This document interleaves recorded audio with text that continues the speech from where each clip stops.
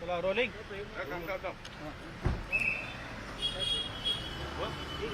चला रोलिंग. तुम्ही पक्षाचे नेते एकनाथ शिंदे यांची भेट घेतलेली आहे त्यांच्या निवासस्थानी.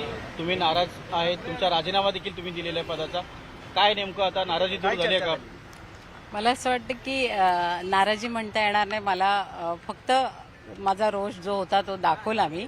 कारण एखाद्या कार्यकर्त्यावर ज्यावेळी अन्याय होतो त्यावेळी मला असं वाटतं की नेत्याने त्याच्यामागे ठामपणे उभं राहिलं पाहिजे आणि ती भूमिका मी स्पष्ट केली होती.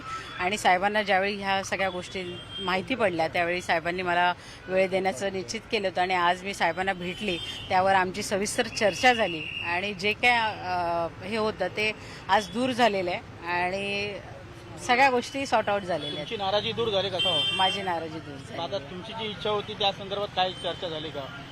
माझी इच्छा म्हणजे MLC साठी काही नाही, कार्यकर्त्यांना मी कुठल्याही गोष्टीची मागणी करायला किंवा मला हे हवंय ते हवंय हे मागण्यासाठी इथे आली नव्हती. ज्या गोष्टीसाठी मी राजीनामा दिला होता त्यासाठी मी इथे आली होती आणि साहेबांशी सविस्तर चर्चा झाली आणि माझा जो प्रॉब्लेम होता तो सॉल्व्ह झालेला आहे. ज्याचं निलंबन केलं होतं ज्या शाखा प्रमुखाचं त्याचं काय झालं आणि तुमच्या राजीनाम्याबद्दल काय बोलले?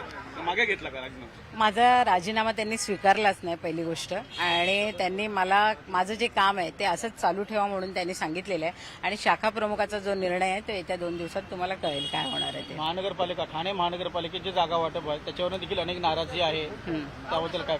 मला असं वाटतं कार्यकर्त्याची प्रत्येकाची इच्छा असते की इलेक्शन लढवावी, पण आता परिस्थिती अशी आहे की जागा कमी आहेत आणि इच्छुक उमेदवार जास्त आहेत. तर शेवटी ही कसरत तर नेत्यांची असते, कारण तडजोड करावी लागते. कुठेतरी आपल्या कार्यकर्त्याला बसवून जो निवडून येणारा कार्यकर्ता आहे तिथे साहेबांना न्याय द्यायचा असतो. तर ह्याच्यामध्ये बरेच दर 5 वर्षांनी अशा प्रकारची नाराजी बघायला मिळते आणि इलेक्शन झालं की ते सगळं निवळतं. हे आम्ही गेल्या अनेक वर्षापासून बघतोय. तर